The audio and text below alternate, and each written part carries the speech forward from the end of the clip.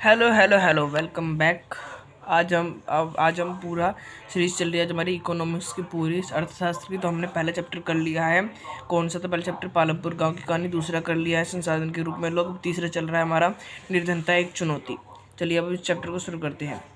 यहाँ से चैप्टर का शुरू है। इस पाठ में निर्धनता के बारे में चर्चा की गई है जो स्वतंत्र भारत के सामने सबसे ज़्यादा कठिन चुनौती है। उदाहरणों के द्वारा इस बहुआयामी समस्या की चर्चा करने के बाद यह अध्याय सामाजिक विज्ञानों में गरीबी के प्रति दृष्टिकोण के यहाँ पे एक तरीके से इंट्रो दिया गया। यहाँ पे कुछ इतना इंपॉर्टेंट है, हम जल्दी करेंगे। इस रैपिड रिवीजन एक तरीके का है, तो फिर रैपिड रिवीजन में हम इसे कर लेंगे जल्दी से। चलिए, हम अपने आम जीवन में कई ऐसे लोगों के संपर्क में आते हैं जिनके विषय में हम सोचते हैं कि वे निर्धन हैं। वे गांव में भूमिहीन मजदूर भी हो सकते हैं तथा शहरों को भीड़ भरी झुग्गियों में रहने वाले लोग भी हो सकते हैं। वे निर्माण स्थलों उनके दैनिक वेतनभागी मजदूर हो सकते हैं और ढाबों में काम करने वाले बाल श्रमिक हो सकते हैं। इनके आपने अपने दैनिक जीवन में बहुत जगह देखा होगा कितने सारे निर्धन लोग होते हैं। आपने अपने दैनिक जीवन में देखा होगा जैसे हाईवे होता है, फिर कहीं बहुत सारी जगह होती है जहाँ पे जाम लग जाता है, फिर जब रेड लाइट जाती है तब आपने बहुत सारे निर्धन लोगों को देखा होगा। तो फिर उन निर्धन लोगों के ऊपर आज यहाँ पे बात होने जा रही है, तो एक बार देख लेते हैं। वे दिखाते हैं कि निर्धनता का अच्छा, अगर कोई आपसे पूछे कि निर्धनता है क्या, निर्धनता क्या है, कि किसी को आप निर्धनता अच्छे कपड़े ना पहन पाना, या फिर अच्छे स्वास्थ्य सेवा का ना सुलभ उठा पाना, या फिर शिक्षा ना दे पाना।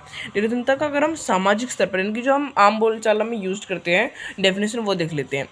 वे दिखाते हैं कि निर्धनता का अभिप्राय भुखमरी तथा आश्रय का ना होना होता है। यह एक ऐसी स्थिति भी है जब माता पिता अपने बच्चों को विद्यालय नहीं भेज पाते। निर्धनता ऐसी स्थिति भी है जब माता पिता जो होते हैं अपने बच्चों को चाहते हुए भी विद्यालय नहीं भेज पाते। कोई बीमार आदमी इलाज नहीं करवा पाता। गरीब का अर्थ स्वच्छ जल और सफाई सुविधाओं का अभाव भी है। यानी कि गरीबी का अर्थ सिर्फ ये नहीं, पैसे नहीं है, फिर ये चीज़ नहीं है। उसका मतलब ये भी, अगर आपके पास स्वच्छ जल और सफाई सुविधाओं का अभाव है तो उसका मतलब अभाव मतलब कमी है।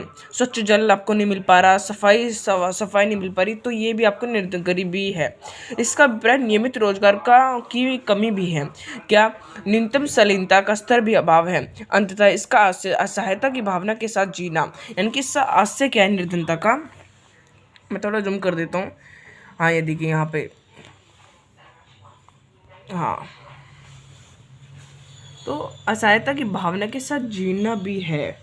गरीब लोग ऐसी स्थिति में रहते हैं जिनमें उसके साथ खेतों, कारखानों, सरकारी कार्यालय, अस्पताल, रेलवे स्टेशन और लगभग सभी स्थान पर दुर्व्यवहार होता है। यानी जो निर्धन लोग होते हैं उनके साथ सब स्थानों पर दुर्व्यवहार होता है क्योंकि वो गरीब हैं।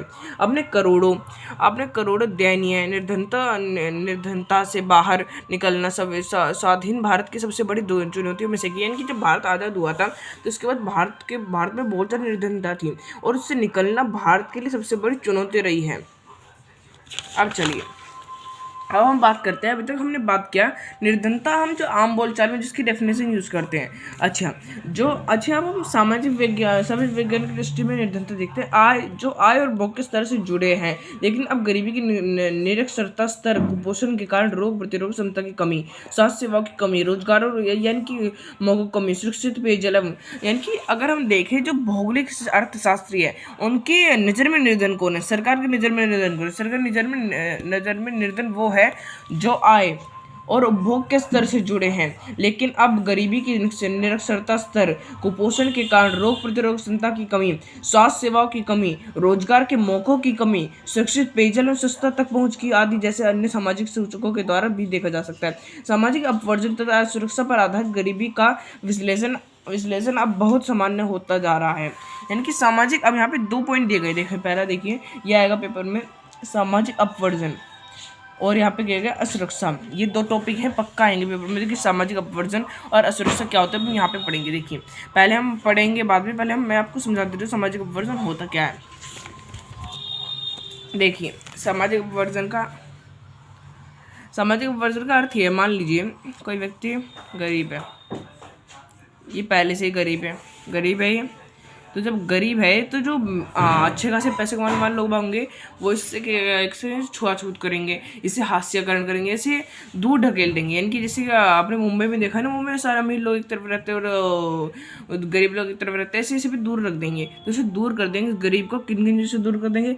अच्छे संसाधन से दूर कर देंगे, रिसोर्स से, अच्छी आय से दूर कर देंगे। तो जो अमीर लोग हैं उन्हें इन सब चीज़ों से दूर कर देंगे, जिससे और गरीब हो जाएंगे। पहला पॉइंट ये ढंग समझिए, एक गरीब व्यक्ति है जिसे अमीरों ने जिसे अमीरों ने अपने से दूर रखा, अच्छी नौकरियों से दूर रखा, अच्छी शिक्षा पाने से दूर रखा, तो और गरीब हो गया। पहली ये देखिए। अब दूसरी देखिए, एक व्यक्ति है जिसकी कास्ट SC ST जैसे कुछ है, तो फिर उसको जो लोग हैं बहुत पिछड़ा कर रखते हैं, उसके पास अच्छे संसाधन नहीं पहुंचने देते, उसकी अच्छी नौकरियां चलने देते। तो ये इसकी SC कोई कास्ट थी तो निर्धन नहीं था, इससे दूर करेगा संसाधन, इससे दूर करेगा इसकी अच्छी आय, इससे दूर करके इसको भोग नहीं दिया गया, तो ये निर्धन हो गया। अब आप समझिए, निर्धन हो गया। अब इसमें सामाजिक अपवर्जन का है। सामाजिक अपवर्जन यही है कि हास्यकरण, एक तरीके से लोगों को किस चीज़ से दूर रखना। तो इससे जो सामाजिक अपवर्जन एक तरीके से आप समझिए, जो इन्होंने इन लोगों से दूर करे ना सब चीज़ें, संसाधन अच्छी आय, अच्छी सुविधाएं, इन सबसे हास्यकरण यानी कि किस चीज़ से वंचित रखना। आप ये कह सकते हैं सामाजिक अपवर्जन है मतलब अच्छे संसाधन, अच्छी आय से वंचित रखना। और जो ये वंचित रखना है ना, ये गरीबी का कारण भी है और गरीबी का परिणाम भी। अब देखिए गरीबी का कारण परिणाम कैसे। अच्छा ये देखिए, पहले में आपने देखा यहाँ पे गरीब था, ऑलरेडी गरीब था, इससे दूर रखे गए संसाधन, इससे को वंचित किया गया, तो ये परिणाम बना गरीबी का। क्या वंचित करना है संसाधन से, हास्यकरण परिणाम बना, इस वाले में परिणाम बना। अच्छा यहाँ पे देखिए, अब आप फिर यहाँ पे पहले से गरीब तो था नहीं, यहाँ पहले से गरीब था नहीं, परंतु ये से गरीब बना दिया गया सामाजिक अपवर्जन द्वारा, तो ये गरीबी का कारण बना, गरीबी का परिणाम बना। ठीक है, यहाँ पे परिणाम बना कि गरीब था और यहाँ पे गरीबी का कारण बना। ठीक है, तो यहीं पे ये बोला गया। देखिए यहाँ पे देखते हैं अब हम इस अवधारणा के तहत निर्धनता के इस संदर्भ में देखा जाना चाहिए कि गरीबों को, यहाँ पे वही बोला गया समावर्जन के बारे में। देखिए हम बोले गए सामाजिक अपवर्जन गरीबी का कारण और परिणाम दोनों हो सकता है। आमतौर पर यह एक प्रक्रिया है जिसके द्वारा व्यक्ति अथवा समूह उन सुविधाओं, लाभों और मौकों से अपवर्जित रखते हैं जिनका उपयोग दूसरों का अच्छी तरीके से करते हैं। इसका एक विशिष्ट उदाहरण भारत में जाति व्यवस्था। अच्छा, भारत में जो अपवर्जन है ज्यादातर किस फैक्टर के ऊपर डिपेंड रहता है, वो जाति व्यवस्था के ऊपर डिपेंड रहता है। ज्यादातर सामाजिक अपवर्जन किया जाता है SC ST कास्ट के साथ। अब ये कम हो चुका है। वो इस तरह सामाजिक अपवर्जन लोगों को आमदनी से भी बहुत कम नहीं करता, अपितु यह इससे भी कहीं ज़्यादा स्थिति पहुंचा सकता है। अब दूसरा हमारे पास है पॉइंट असुरक्षा। असुरक्षा क्या रहती है? देखिए असुरक्षा कुछ उसी प्रकार है कि आप सोचिए, यदि कोई एक विकलांग व्यक्ति है और एक अच्छा खासा ठाड्डा व्यक्ति है, कल को विकलांग व्यक्ति और अच्छा से ठाड्डा व्यक्ति है, तो अगर कोई नौकरी नहीं जाएगा तो सबसे जल्दी नौकरी किसको मिलेगी? अच्छे सबको पता है, जो होगा अच्छा खासा बढ़िया शरीर वाला बंदा, उसे आसान से मिल जाएगी। जो विकलांग व्यक्ति है उसे जल्दी नौकरी नहीं मिलेगी। तो इसी प्रकार यानी कि उसकी असुरक्षा है, नौकरी ना मिलेगी। जब नौकरी नहीं मिलेगी तो गरीब हो जाएगा, तो उसकी असुरक्षा है गरीब होने की, तो इसे असुरक्षा कहते हैं। हाँ, तो वो जो ऐसी स्थिति जिसमें कि लोगों को निर्धन होने का डर है, ऐसे लोग, और ऐसे लोग कौन हो सकते हैं? विकलांग हो सकते हैं, विधवा महिलाएं हो सकती है, SC ST कास्ट वाले हो सकते हैं। तो इन्हें असुरक्षा कहती है, असुरक्षा रहती है कि गरीब होने की। अब चलिए आगे बढ़ते हैं। गरीबी निर्धनता रेखा। अच्छा, जो हमारे समाज इसमें एक निर्धनता रेखा बनाई गई है, ये एक निर्धनता रेखा आप समझ रहे, कोई लाइन नहीं, ये कोई लाइन नहीं, एक काल्पनिक रेखा है। काल्पनिक रेखा है जिससे हम डिपेंड ये पता कर सकते हैं कितने लोग देश में गरीब है। मतलब जैसे कहते हैं ना कि जिसके पास, जैसे हम फैक्टर डिसाइड कर देते हैं, जैसे हम कहते हैं कि जिसके पास 10 रुपये वो यहाँ पे आ सकता है, तो मतलब जो यहाँ पे नहीं आया उसके पास 10 रुपये नहीं है। इसी प्रकार निर्धनता रेखा है। निर्धनता ये रेखा ये दिखाती है कि जो इस रेखा से नीचे है वो सब गरीब हैं, और इसके लिए कुछ फैक्टर डिपेंड करते हैं। जैसे यहाँ पे 10 रुपये डिपेंड किए गए, यहाँ पे 2 फैक्टर डिपेंड कर जाते हैं। देखिए पहले सोचिए, आय और उपभोग। उपभोग को नापा जाता है कैलोरीज में। पहला होता है आय और उपभोग। आय उपभोग, ठीक है। आय क्या मतलब कितनी सैलरी मिल रही है उसे, और उपभोग का कितने वो खाना खा रहा है, कितनी कैलोरीज खा रहा है पर डे। तो इसे कहा जाता है, इससे ये 2 फैक्टर होते हैं जिससे गरीबी निर्धनता रेखा आ जाती है, वो देखी जाती है कितने लोग गरीब है। ठीक है, अच्छा ठीक है, यहाँ पे देखते हैं तो निर्धनता रेखा जो होती है, निर्धनता रेखा का जो फैक्टर होता है हर देश में अलग अलग हो सकता है। जैसे हमारे देश में होता है आय और उपभोग। अमेरिका में क्या होता है? अमेरिका में उस आदमी को गरीब माना जाता है जिसके पास कार नहीं है। अब आप और कार तो लेना वैसे बहुत मुश्किल है, तो हमारे देश की 50% जनता गरीब हुई। हाँ, तो मैं कहता हूँ हर देश के हिसाब से अलग अलग होता है निर्धनता रेखा का। अमेरिका में जिसके पास कार नहीं उसे गरीबी समझा जाएगा। भारत में निर्धनता रेखा का निर्धारण करते समय जीवन निर्वाह के लिए खाद्य जरूरतों, कपड़े, जूतों, ईंधन एवं प्रकाश, शिक्षा एवं चिकित्सा संबंधी जरूरत आदि पर विचार किया जाता है। कैलोरी आवश्यकता पर आधारित होती है, वह खाद्य वस्तु है यदि अनाज। अच्छा, यहाँ पे क्या होता है, कैलोरी नापी जाती है। ग्रामीण क्षेत्रों में अच्छा कुछ पैसे निर्धारित कर दिए कि अगर इतनी सैलरी नहीं, कोई इतना नहीं कमा पा रहा ना, इतने रुपए कोई नहीं कमा पा रहा पर महीने, तो गरीब है। तो ग्रामीण क्षेत्रों में अगर कोई 2400 कैलोरी, ये अभी पहले पैसे बाद महंगे पैसे होते हैं ग्रामीण क्षेत्रों के 816 रुपये, शहरी क्षेत्रों के होते हैं आगे आप बोलेंगे 816 रुपये महीने के। ये जो निर्धनता रेखा होती है, इसके फैक्टर जो डिपेंड किए जाते हैं ये हर 5 साल बाद होते हैं। तो आखिरी बार 2011 में होते हैं, फिर कोरोना आ गया था, ये कोरोना वरोना हर 5-6-7 सालों में होते हैं। फिर कोरोना आ गया था, तो कोरोना की वजह से हो नहीं पाया, अभी दोबारा से होएगा। 2011 में होता है आखिरी बार। तो 2011 में हाँ 816 रुपये बहुत होते थे, तो 816 रुपये काफ़ी थे। गांव में अगर कोई 816 रुपये से नीचे कमा रहा है तो गरीब है, और शहर में 1000 रुपये से पर महीने से नीचे कमा रहे तो गरीब है। और अगर गांव में कोई 2400 कैलोरी प्रतिशत से नीचे खा रहा है खाना तो गरीब है, और शहर में 2100 कैलोरी से नीचे तो गरीब है। अब आप बोलेंगे गांव में 816 रुपये, शहर में 1000 रुपये। अब गांव और शहर में इतना डिफरेंस क्यों? क्योंकि देखिए गांव में जो आपने जो गौर किया होगा ज़्यादातर चीज़ें सस्ती होती हैं, इस वजह से वहाँ की आय भी कम ही है, और शहर में ज़्यादातर चीज़ें महंगी होती हैं, इस वजह से आय भी वहाँ की ज़्यादा है। और अब आप कहेंगे कैलोरी में क्या क्यों डिफरेंस है? कैलोरी में सिर्फ डिफरेंस है, गांव में जो काम रहते हैं ज़्यादातर जो खेती करनी, इन सब में शारीरिक जो एनर्जी की ज़्यादा जरूरत होती है, और शहर में दिमाग वाली एनर्जी की ज़्यादा जरूरत होती है। इस वजह से इसमें ज़्यादा कैलोरी लगी, उन्हें ज़्यादा एनर्जी देने के लिए। शहर में ज़्यादा एनर्जी की जरूरत नहीं होती, वहाँ पर दिमाग की ज़्यादा एनर्जी की होती है, क्योंकि वहाँ पर काम ऐसे होते हैं। अब आता है निर्धनता के अनुमान, इसमें कुछ खास नहीं, इसमें सिर्फ डाटा आपको याद रखना पड़ेगा। अब आता है असुरक्षित समूह। असुरक्षित समूह क्या है? वर्गों में एक समान नहीं है। सामाजिक समूह एवं आर्थिक वर्गों में, अच्छा जो जितने भी हमारे यहाँ सामाजिक समूह, जितने भी कास्ट है, वो सब एक समान नहीं है आर्थिक रूप से देखा जाए तो। वे अनुसूचित जाति तो जनजाति वे के परिवार है। अच्छा, जो अनुसूचित जाति वो ज़्यादातर गरीब पाई जाती है हमारे देश भारत में। ऐसा समझा जाता है कि उन्हें गरीब बनाने की कोशिश की जाती है, उनको पिछड़ा करा जाता है, तो पर तो गलत है, बहुत गलत है। इसी तरह आर्थिक समूह में सबसे ज़्यादा सुरक्षित समूह ग्रामीण कृषि श्रमिक परिवार और शहरी अनियमित मजदूर हैं। ओके, अनुसूचित जनजातियों के लिए 100 में से 83 लोग अपनी मूल जरूरतों को पूरा करने के योग्य नहीं है। इसी प्रकार नगरीय क्षेत्रों में 34% अनियत मजदूर गरीब है। आप बताएंगे कि कौन सा हमारे देश में असुरक्षित समूह है जिसको बहुत ज़्यादा सुरक्षा है गरीबी से, यानी कि उस पर गरीबी कभी भी आ सकती है। अच्छा, यहाँ पे बात करती है ओके आय असमानता है। ओके, इन समूह महिला वृद्ध लोगों बच्चों को भी स्वस्थ ढंग से ओके परिवार ओके यहाँ पे आ जाता है। अंतर्राज्यीय असमानता है। अब आप देखते होंगे कि आपने सुना होगा कि दिल्ली जो है, मुंबई बहुत अच्छे पैसे वाली जगह, वहाँ पे बहुत अच्छे ज़्यादा से ज़्यादा लोग बहुत ज़्यादा पैसे वाले मिलते हैं। अब अगर आप बात कर ले बिहार की, तो बिहार में गरीब मिलते हैं। तो ऐसे अंतर्राज्यीय असमानता क्यों है गरीबी की? तो वो डिपेंड करती है, देखिए सबसे पहले जो डिपेंड करती है, एक तो सरकार पर बहुत ज़्यादा डिपेंड करती है कि सरकार वहाँ कैसे, दूसरा वहाँ की स्थलाकृति, वहाँ के संसाधन, वहाँ के लोगों की शिक्षा, वहाँ के लोग की कौशल, वहाँ के लोग की माइंडसेट, तो ये सब चीज़ डिपेंड करते हैं। तो अंतर्राज्यीय असमानता इस वजह से हमारे देश में जो सबसे ज़्यादा पिछड़ा हुआ राज्य माना जाता है, मतलब शिक्षा के क्षेत्र में, मतलब पिछड़ा हुआ राज्य गरीब में कहूँ तो बिहार माना जाता है। परंतु शिक्षा के क्षेत्र में गरीब इतना बिहार नहीं, क्योंकि हमारे देश में जहाँ से सबसे ज़्यादा सिविल सर्वेंट IAS IPS आते हैं वो बिहार ही है, तो इस वजह से। चलिए अब आगे बढ़ते हैं। वैश्विक निर्धनता परिदृश्य। वैश्विक निर्धनता यानी कि चलो अभी तक हमने राज्य में कंपेयर कर लिया निर्धनता कितनी है, देश में कंपेयर करते हैं ना। चलिए देश में कौन बताते हैं कि कौन ज़्यादा निर्धन है, यानी कि अब हमने राज्यों के लिए तो देख लिया, आम लोगों के लिए देख रहे कितनी कैलोरी और इतने आय निर्धारण करती कितने के लिए है। तो देशों में कौन बताए कौन सा देश? आपको पता नहीं लगता कि जैसे कि कोई बोलता है अमेरिका बहुत ज़्यादा अमीर है, भारत इतना अमीर नहीं है, चाइना रसिया अमीर है, तो ये बताओ ये कैसे पता लग जाता है हमें? तो इस प्रकार से पता लगता है विभिन्न देशों में अत्यंत आर्थिक निर्धनता है।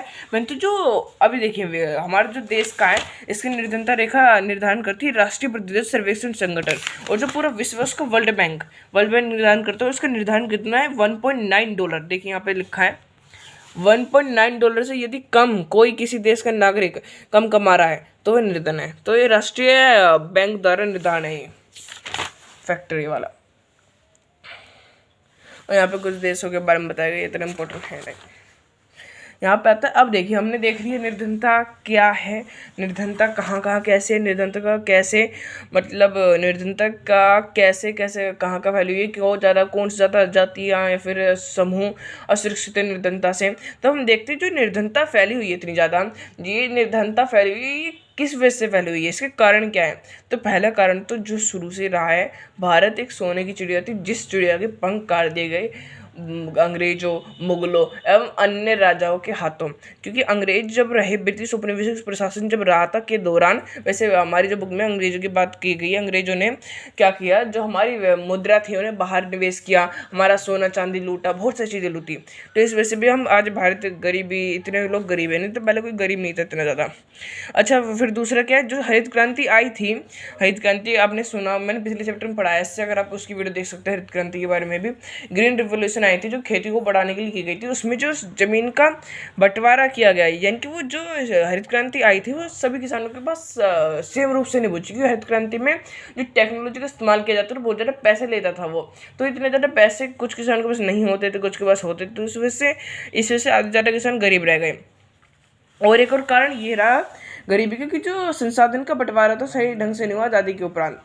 और एक हमारे कल्चर की वजह से भी जो होता है ज़्यादातर ऐसे क्या इतने लोग होते हैं जो निर्धन होते नहीं इतने ज़्यादा, मतलब निर्धन नहीं होते, अपना बेसिक आय को, अपने बेसिक नीड्स को पूरा कर लेते हैं और वो निर्धन हो जाते हैं। वो इस वजह से निर्धन हो जाते हैं क्योंकि हमारा कल्चर में भी कुछ ऐसे देखा जाता है कि जो शादी करते हैं या फिर कुछ भी करते हैं, बर्थडे पार्टी, उन सब में कुछ ज़्यादा पैसा खर्च कर देते हैं दहेज देने के लिए, तो इस वजह से वो निर्धन हो जाते हैं।